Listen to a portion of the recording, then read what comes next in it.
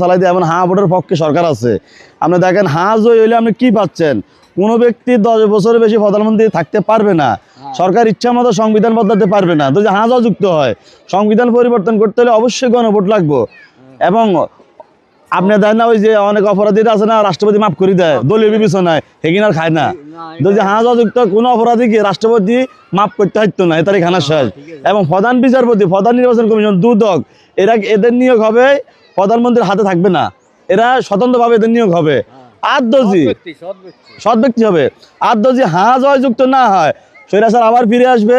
শহীদ আবু সাইদ ওয়াসিম হাদি হত্যাকাণ্ডের রক্ত বিধা যাবে, দিল্লির দাসত্ব প্রভাব বাড়বে, সরকারি সার্কিটে রাজনৈতিক প্রভাব আগের মতোই থাকবে, বাংলাদেশের জনগণ হেরে যাবে, জুলাই হেরে যাবে, স্বাধীনতা হেরে যাবে।